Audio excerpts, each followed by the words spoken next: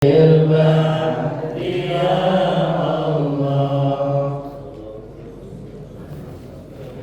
mempersiapkan waktu, langsung saja kita menuju acara inti, yaitu kajian kitab Hadis Arba'in An-Nawawi yang akan disampaikan oleh Pak Ustaz Abdul Hasan. Kepadanya kami persilahkan. Assalamualaikum warahmatullahi wabarakatuh. Bismillahirrahmanirrahim. Alhamdulillahilladzi an'amana bi ni'matil imani wal islam, wa nusalli wa nusallim ala sayyidina Muhammad wa ala alihi wa sahbihi ajma'in. Subhanaka la ilma lana illa ma 'allamtana innaka antal alimul hakim. Qul law kana al-bahru midadan li kalimati rabbi lanafida al-bahru qabla an tanfada kalimatu rabbi wa law ji'na bimithlihi madada.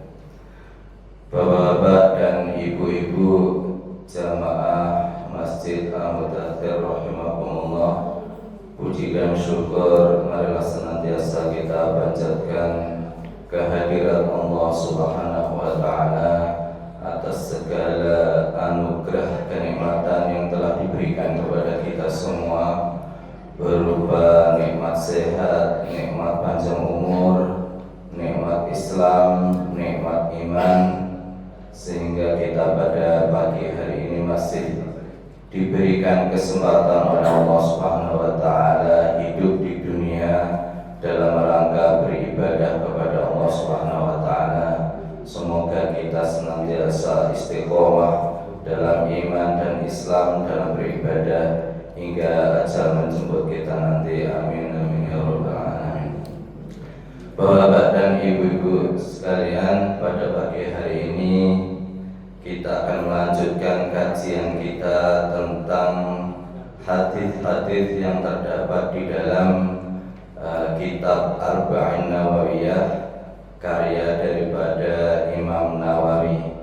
Dan alhamdulillah pada pagi hari ini kita sampai pada hadis yang ke-12, Al-Hadits Tsani Asyara.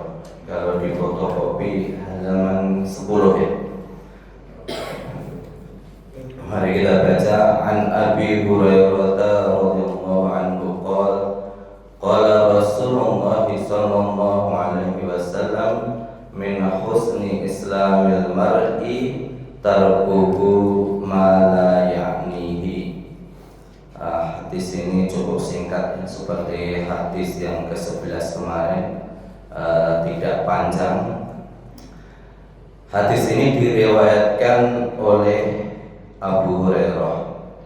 Jadi hampir beberapa hadis yang kita sudah baca ini mayoritas diriwayatkan oleh Abu Hurairah, karena memang Abu Hurairah ini adalah sahabat yang paling banyak meriwayatkan hadis, hampir 5.000 lebih.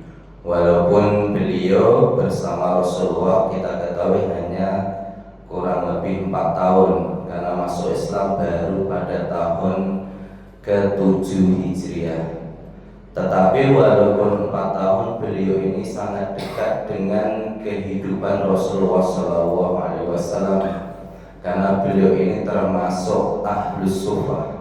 Ahlus Suffah itu orang yang tinggal di Masjid Nabawi, sementara rumah Rasulullah ini adalah berdampingan dengan Masjid Nabawi. Jadi keseharian beliau itu ya taklim kepada Rasulullah, dan tentunya beliau juga tahu tentang kehidupan sehari-hari Rasulullah dari mulai bangun tidur sampai tidur kembali, karena Rasulullah ini sangat dekat dengan para Ahlus Suffah. Dan termasuk salah satu hadis yang beliau riwayatkan di sini adalah mengambil daripada kehidupan Rasulullah SAW. Apa yang disampaikan oleh Rasulullah? Min husni islamil mar'i tarkuhu ma la ya'nihi. Min, sebagian husni dari kebaikan atau baiknya Islamil mar'i, Islam seseorang itu, tarkuhu adalah dia meninggalkan ma sesuatu layak nihi. La itu huruf nahi, layak nihi berarti yang tidak bermanfaat baginya.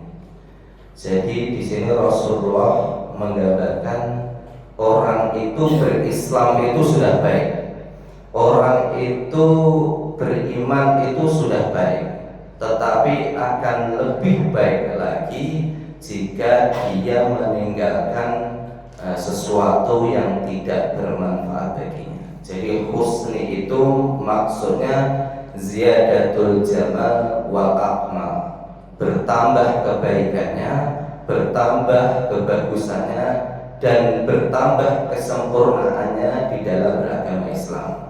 Tentu kalau ada kata-kata bertambah, itu pokoknya sudah dilakukan. Nah, ini oleh Imam Nawawi memang hadis ini ditempatkan di yang ke-12 karena pembahasan hadis-hadis sebelumnya tentang iman, tentang Islam, tentang ihsan, tentang makan yang halal, menghindari yang haram, itu adalah pokok atau rukun daripada orang berislam. Nah, sementara tambahannya di sini supaya lebih bagus lagi dari rukun-rukun dan kewajiban-kewajiban yang kita sudah lakukan itu, kata Rasulullah adalah yaitu meninggalkan sesuatu yang tidak bermanfaat baginya. Tentu ini adalah berkaitan dengan waktu atau masa ketika kita menjalani kehidupan sehari-hari. Jadi kalau mafhum mukhalafahnya atau lawan katanya tarkuhu ma la ya'nihi itu adalah al-istighfalu bima yufidu, yaitu menyibukkan diri dengan sesuatu yang bermanfaat. Karena apa? Karena waktu itu sangatlah penting bagi manusia. Sampai Allah Subhanahu wa taala itu bersumpah dengan waktu. Ini ayat yang sering kita baca di dalam sholat dan mungkin semua udah hafal. Wal asr innal insana lafi khusrin illal ladzina amanu wa amilus sholihati wa tawassaw bil haqqi wa tawassaw bis sabr. Ini Allah bersumpah dengan waktu. Kenapa Allah bersumpah dengan waktu? Memang waktu itu adalah modal bagi manusia. Karena waktu itu tidak akan bisa berulang. Jadi kata orang menyesal itu datangnya kan kemudian. Jadi orang-orang yang tidak memanfaatkan waktu itu tentu kata Allah akan dalam banyak kerugian. Nah, asri ini sumpah Allah ini masa ini di dalam Al-Quran waktu itu banyak disebutkan dengan lafal-lafal yang lain. Ada maknanya asri ini waktu, yaitu dengan maksud ad-dahru. Jadi kalau kita lihat di dalam surat Al-Insan, hal ata 'alal insani hinum minad dahri lam yakun syai'an madhkura. Jadi di situ ada kata dahrun. Jadi kata Allah itu manusia sebelum lahir itu belum bisa disebut sebagai sesuatu. Misalnya saya lahir tahun 1975. Sebelum 75 ini kan sudah ada waktu. Tapi bagi saya itu belum waktu saya karena saya belum disebut sesuatu.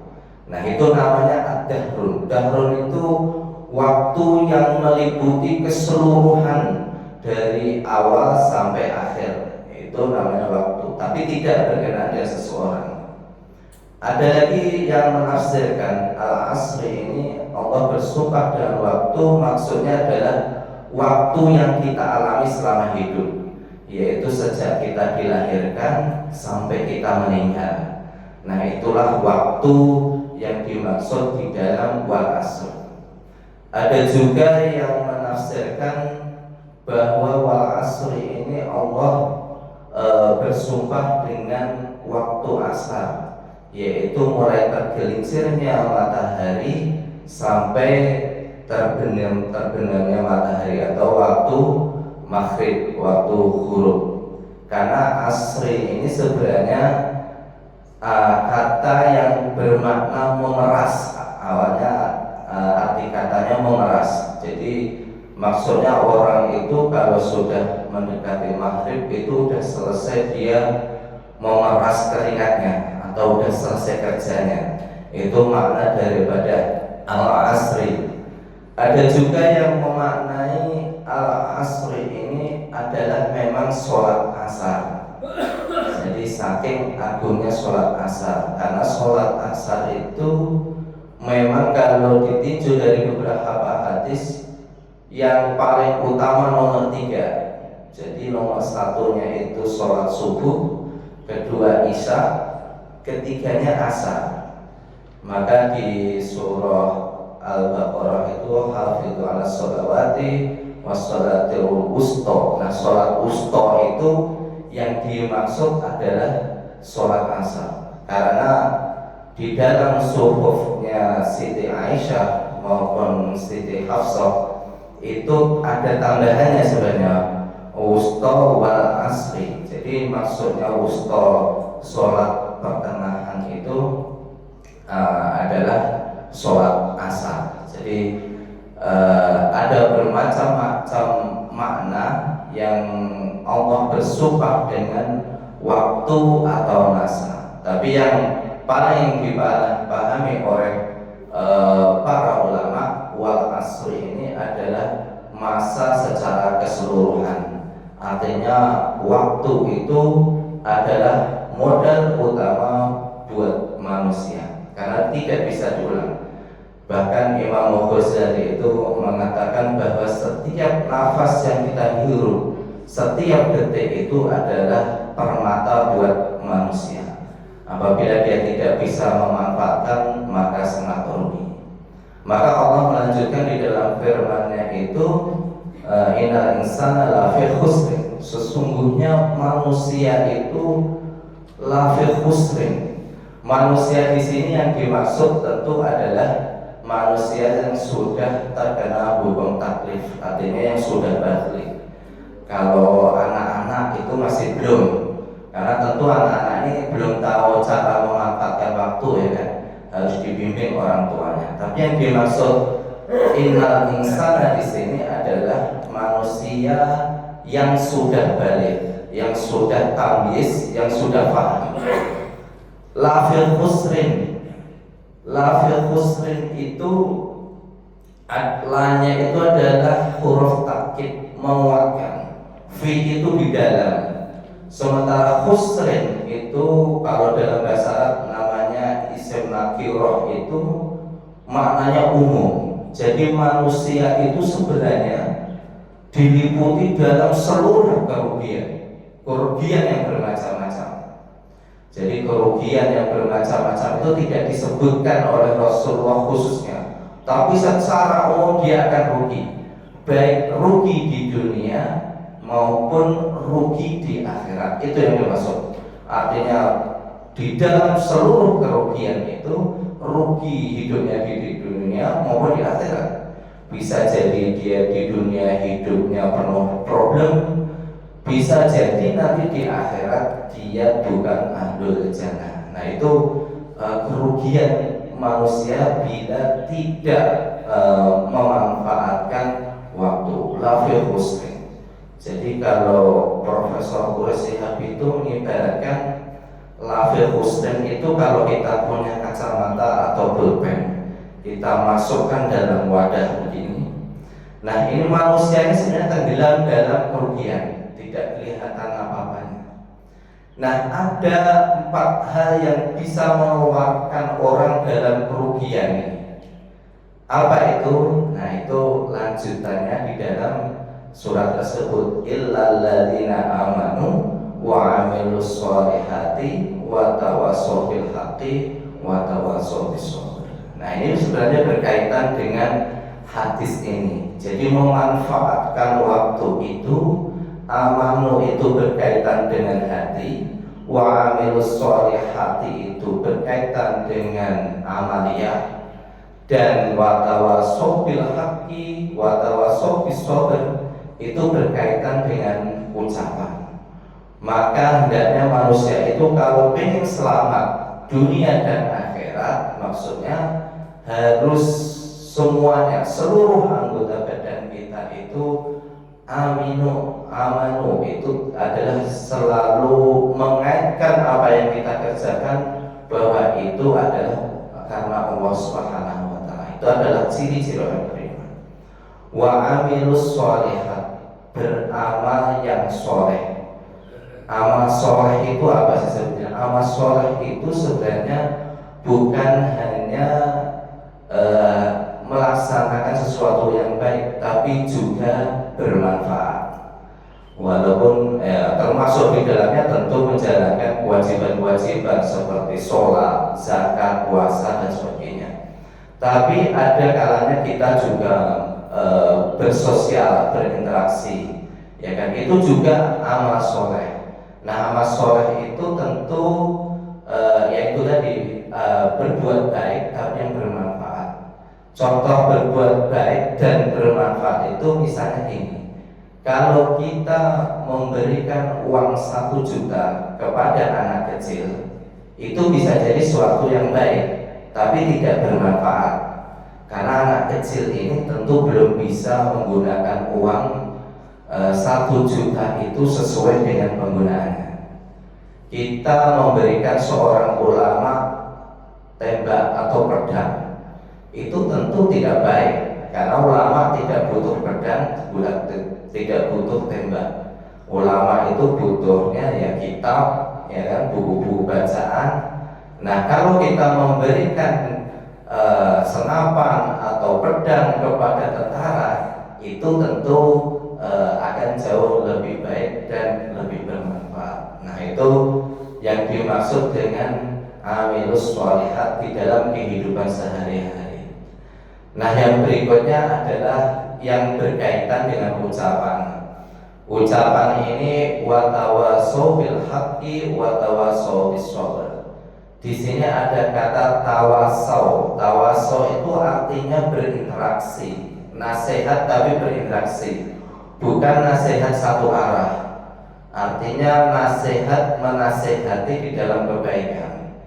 Bisa jadi saya berdiri di sini menasihati bapak-bapak, ibu-ibu, tapi seharusnya bapak-bapak, ibu-ibu pun juga harus berinteraksi dengan yang lain untuk menasihati. Dan menasihati ini ya banyak, antara mungkin dari sisi orang itu karena berbuat keburukan kita nasihati, atau seorang itu belum berbuat kebaikan, belum bertambah ibadahnya, kita nasihati. Itu namanya saling berinteraksi. Nah, di sini yang ditekankan adalah hak, yaitu kebenaran, dan sabar, kesabaran. Karena sabar kenapa ditekankan? Nah, manusia itu sering lalai jika mendapat musibah dan lain sebagainya, itu mengenai sabar. Jadi memang harus diingatkan oleh lawan interaksinya. Jadi itulah fungsinya kita sebagai seorang muslim, itu saling mengingatkan, bukan memprovokasi untuk mencapai keburukan, tapi justru mengingatkan. Kita ini sekarang sudah ada media sosial yang begitu semua orang bisa melihat. Nah, ini sebenarnya harus dimanfaatkan. Jangan sampai orang justru mendominasi media sosial ini untuk keburukan. Jadi kita harus berperan di situ. Media sosial itu harus kita manfaatkan supaya kita menanamkan kebaikan. Apa yang kita sampaikan itu tentu akan menjadi amal jariah buat kita. Tapi jangan justru memperburuk keadaan. Nah, itu yang tidak baik. Kalau memperburuk keadaan itu justru akan menambahkan dosa buat kita. Karena sebenarnya watawasau bil haqqi watawasau bis sabr itu mungkin kalau di zaman Rasul wa sahabat tabi'in itu berkaitan dengan ucapan. Tapi dengan majunya teknologi sekarang, tawasau bil haqqi dan sabr ini ya maksudnya adalah di media sosial. Karena saya yakin hampir bapak-bapak, ibu-ibu ini tiap harinya kerjaannya hanya menggulir HP kan. Itu udah paling banyak, itu pasti waktunya paling banyak digunakan itu. Nah itu tergantung dari kita, karena HP ini sebenarnya alat. Artinya alat itu sesuatu yang bisa gunakan untuk kebaikan, bisa sesuatu yang kita gunakan untuk keburukan. Sama dengan pisau. Pisau itu nggak buruk, tapi tergantung kita yang menggunakan. Bisa pisau itu kalau kita niat buruk untuk membunuh orang, bisa kalau untuk kebaikan, untuk apa? Mengupas mangga, mengupas bumbu dan lain sebagainya. Jadi itu tergantung kitanya, bukan tergantung alatnya. Nah, termasuk HP, media sosial itu tergantung kitanya, bukan tergantung. Jangan nyalahkan alatnya, alat ini nggak salah, ya. Tapi tergantung kitanya, mau buat kita berbuat baik atau berbuat buruk. Nah ini salah satu makna daripada hadis Rasulullah tentang memanfaatkan atau meninggalkan sesuatu yang tidak bermanfaat baginya. Hadis ini oleh Abdullah bin Bar itu dikatakan lam yakulhu ahadun qablahu illa annahu rufi'a fi suhufis wa Ibrahim ala nabiyina wa alaihima wa ala jamil anbiya'i afdhalus salatu wassalam. Jadi kata Abdullah bin Bar, hadis ini belum pernah diberikan kepada Nabi seorang pun kecuali diberikan kepada Nabi Sid dan Nabi Ibrahim, karena ada termaktub di dalam suhufnya Nabi Sid dan Nabi Ibrahim. Jadi suhuf ini sebenarnya kitab, tapi masih dalam bentuk lembaran. Ada 110 suhuf sudah yang diturunkan kepada Nabi. Kepada Nabi Adam itu ada 10 suhuf, Nabi Sid itu ada 30, kemudian Nabi Ibrahim itu 10, kemudian Nabi Musa itu ada 10, selain kitab Taurat. Jadi itu adalah lembaran kitab-kitab yang diberikan kepada para rasul dan para nabi.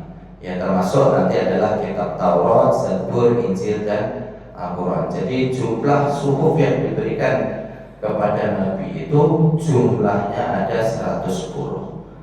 Cuma di dalam suhuf Nabi Syed atau Nabi Ibrahim itu hanya disebutkan meninggalkan sesuatu yang tidak bermanfaat ini adalah kaitannya dengan ucapan.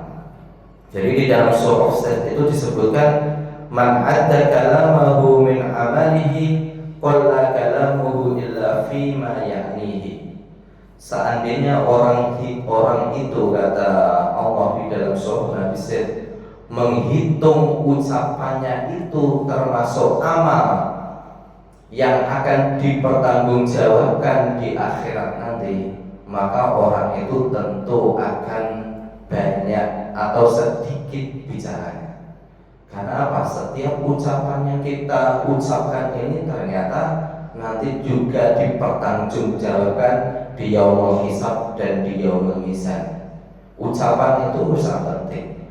Maka Allah itu mengibaratkan di dalam surah Ibrahim, alam tara kaifa daraballahu mathalan kalimatan thayyibah kasyajaratin thayyibatin asluha thabitu wa far'uha fis sama tu'ti ukulaha kullahinin bi'idzni rabbiha. Kata Allah mengibaratkan ucapan yang baik atau kalimat thayyibah itu seperti pohon yang kuat, yang tinggi menjulang, akarnya kuat. Artinya apa? Pohon itu punya buah yang banyak. Tu'ti ukulaha kullahinin bi'idzni rabbiha. Dia berbuah banyak. pohon ini kalau kalimat thayyibah ini diibaratkan pohon yang kuat, buahnya banyak, artinya mempunyai manfaat yang sangat banyak.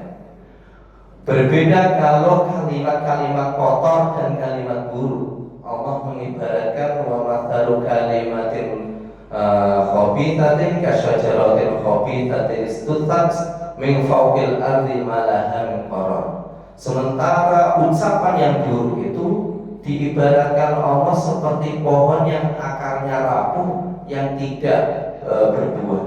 Artinya dia tidak mempunyai manfaat apa-apa.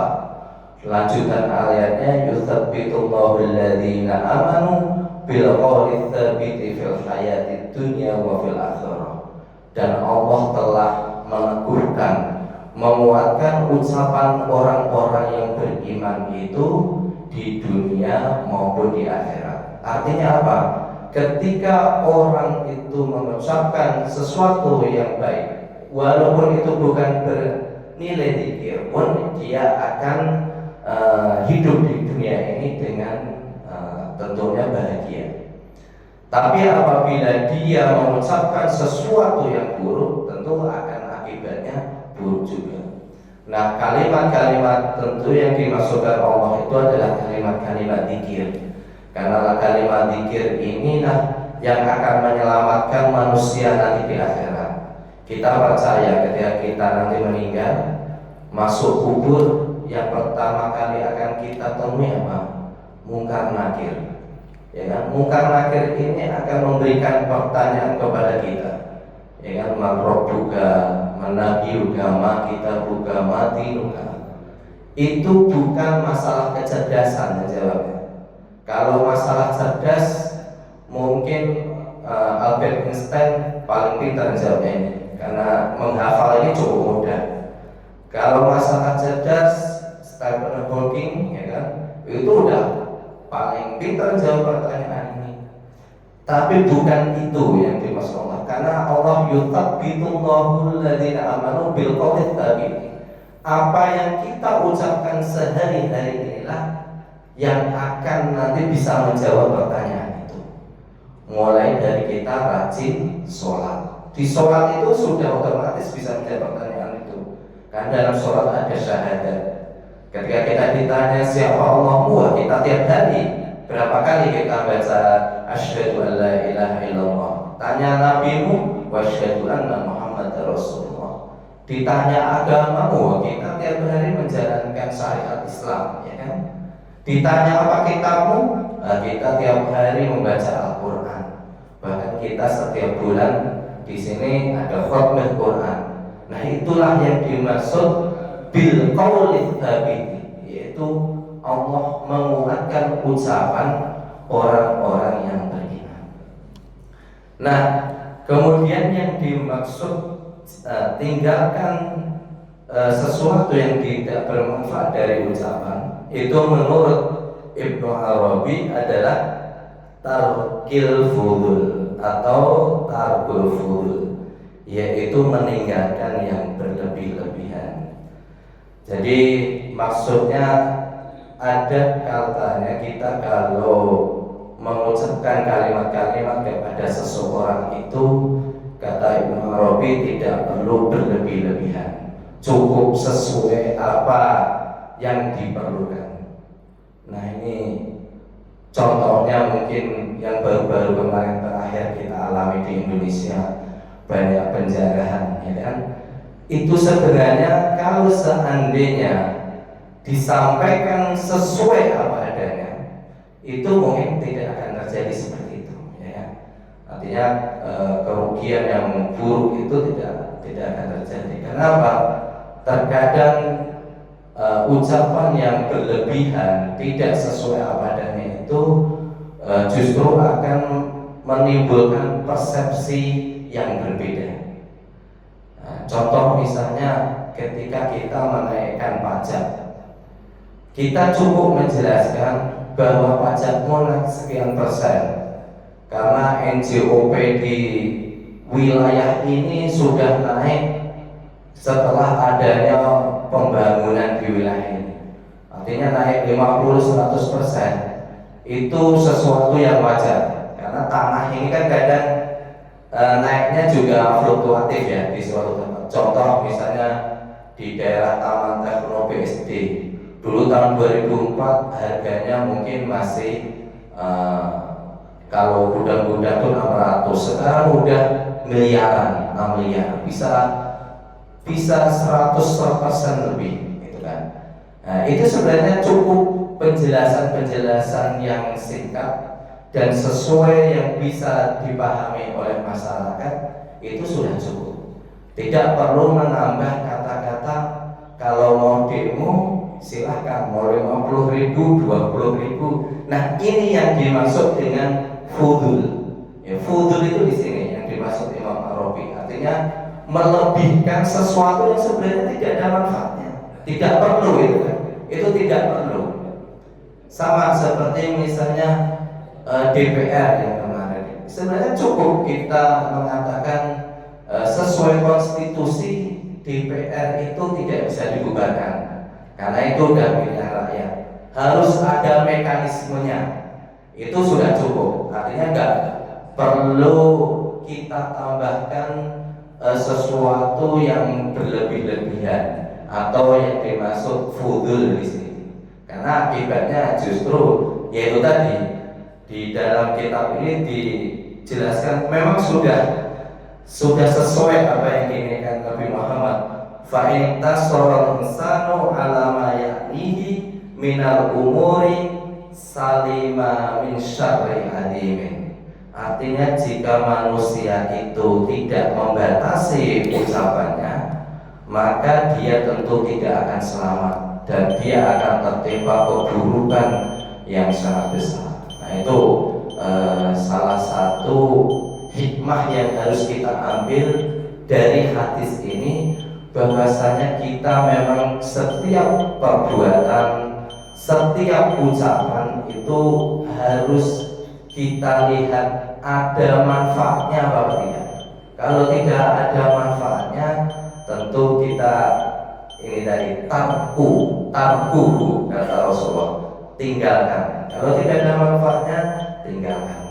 Tapi kalau sesuatu yang tidak ada manfaat tapi juga tidak merugikan, yang namanya mubah, itu masih boleh-boleh saja, tapi juga harus kita kurangi. Artinya di dalam kehidupan sehari-hari tentu kita juga kadang butuh refreshing, ngobrol dan lain sebagainya. Tapi juga jangan berlebih-lebihan. Karena kalau berlebih-lebihan nanti juga akan terjerumus kepada sesuatu yang tidak bermanfaat. Ya kan? Kita misalnya ngopi di warung sama teman, itu nggak masalah. Kita niatkan saja itu sebagai silaturahmi, ya kan? Karena di dalam hadis Sahih Muslim itu disebutkan di kitab Riyadhus Shalihin itu ada juga bahwasanya ada seorang laki-laki, dia itu pengen berkunjung kepada saudara atau temannya di kampung lain. Kemudian oleh malaikat orang tersebut dicegat di tengah jalan. Kemudian ditanyai, wahai fulan, hendak kemana engkau? Aku hendak menjenguk temanku yang ada di kampung A, kata orang tersebut.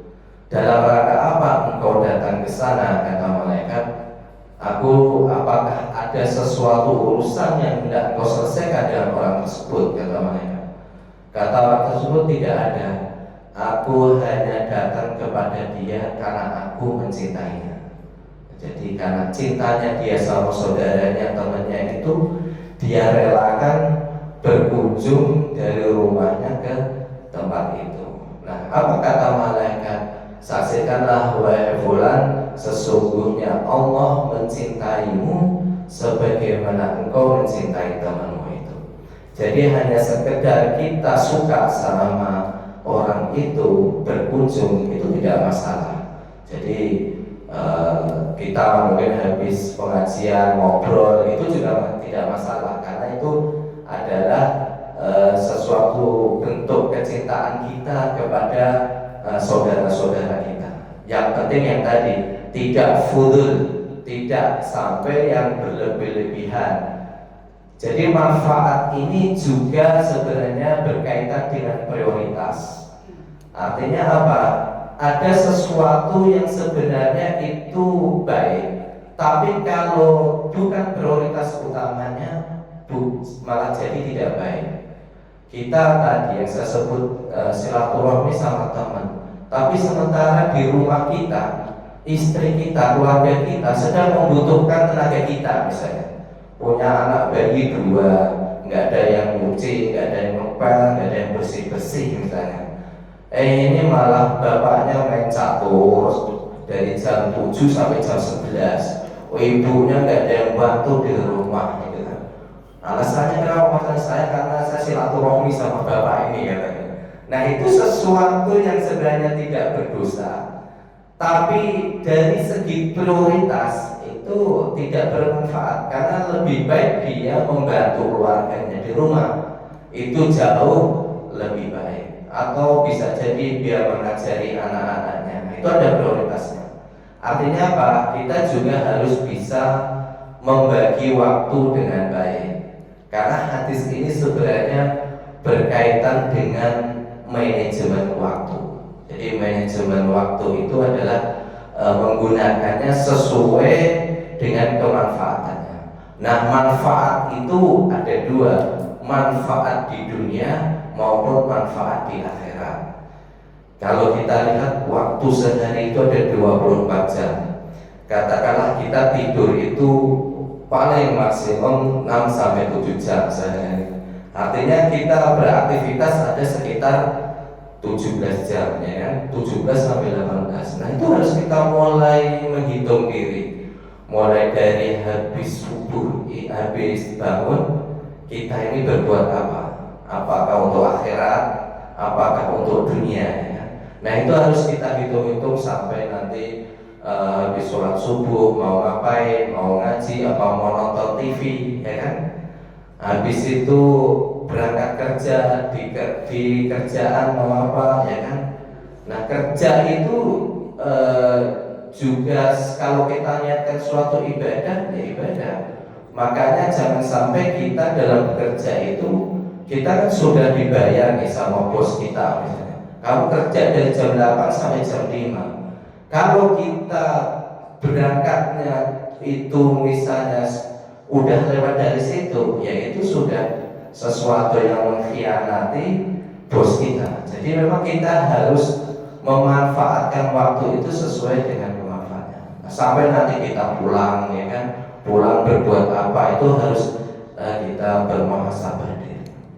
Nah, yang berikutnya adalah kita mengambil suatu hikmah dari kisah Luqmanul Hakim. Luqmanul Hakim ini bukan nabi, tapi diabadikan Allah namanya di dalam Al-Quran.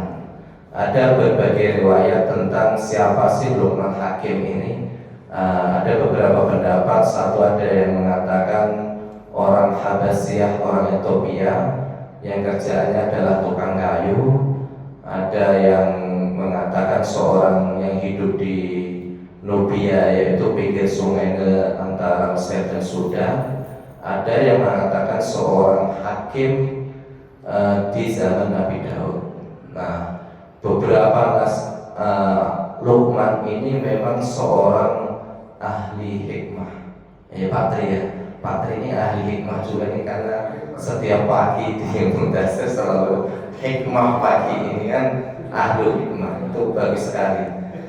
Jadi walaupun ataina Luqman al-hikmah. Jadi Luqman inilah orang yang diberikan hikmah oleh Allah.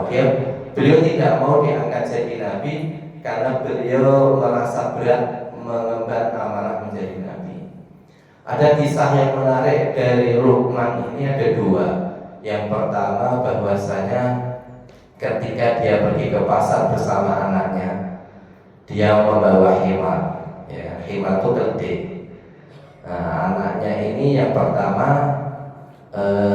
disuruh jalan sementara dia menaiki himar.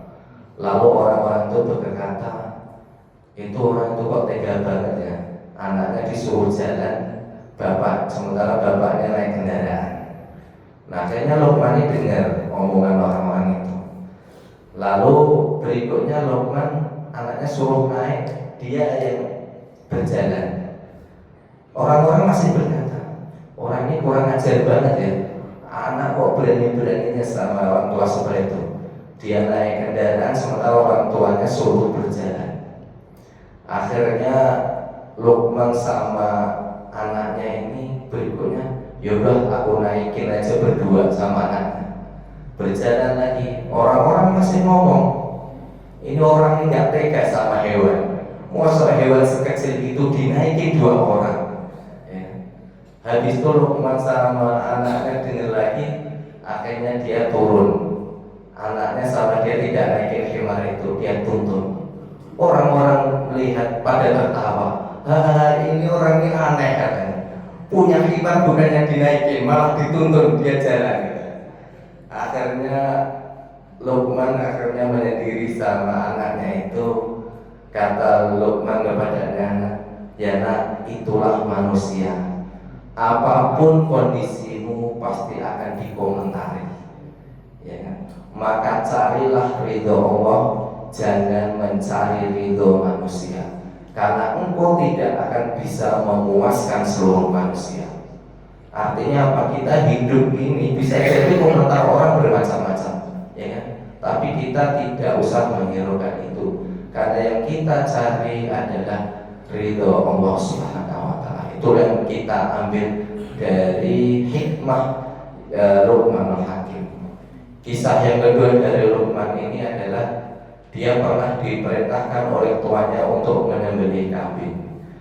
Ini mungkin pernah diceritakan oleh Ustaz Mustafa Helmi, tapi saya ceritakan lagi karena ada kaitannya dengan hadis ini. Kata tuanya, sembelihkan kambing ini, lalu ambilkan dari bagian daging kambing itu yang paling baik, kata tuanya. Lalu Luqman membawa lidah dan hati. Dibawa, kaget tuan, kok lidah dan hati ya, bukan apa ya, daging sirloin apa tenderloin yang enak gitu. Itu kan jeruan ya istilahnya ya, bisa. Kemudian suatu waktu suruh menyembelih kambing lagi, ambilkan bagian yang terburuk dari daging kambing tersebut. Luqman ini tetap membawa lidah dan hati. Nah, lalu tuan itu berkata, kenapa engkau membawa lidah dan hati, wahai Luqman? Wahai tuan, sesungguhnya lidah dan hati ini jika baik, maka baiklah manusia itu. Tapi jika lidah dan hati seseorang itu buruk, maka buruklah manusia itu.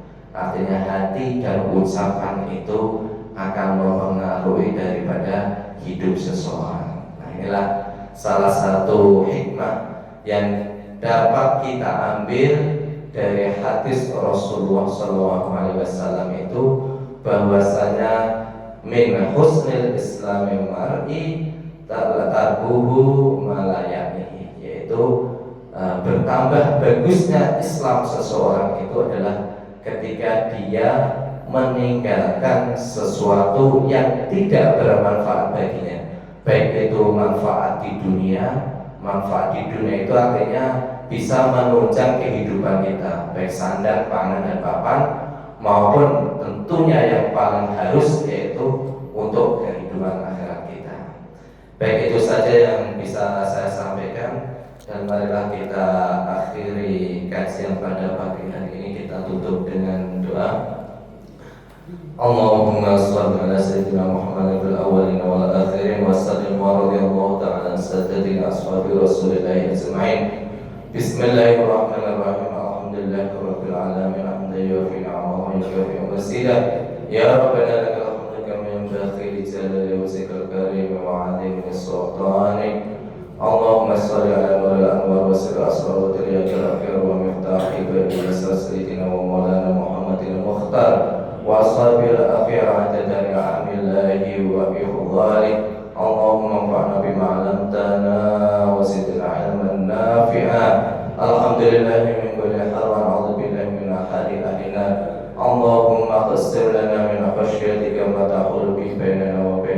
معصيتك ومن طاعتك ما تبلغنا به جنتك ومن اليقين ما تهون به علينا مصائب الدنيا اللهم متعنا بأسماعنا وأبصارنا وقوتنا ما أحييتنا واجعله الوارث منا واجعل ثأرنا على من ظلمنا وانصرنا على من عادنا ولا تجعل مصيبتنا في ديننا ولا تجعل الدنيا أكبر همنا ولا مبلغ علمنا ولا تسلط علينا في ذنوبنا من لا يخافك ولا يرحمنا ربنا آتنا في الدنيا حسنة وفي الآخرة حسنة وقنا عذاب النار وصلى الله على خير خلقه محمد صلى الله عليه وسلم سبحان ربك رب العزة عما يصفون والسلام على المرسلين والحمد لله رب العالمين.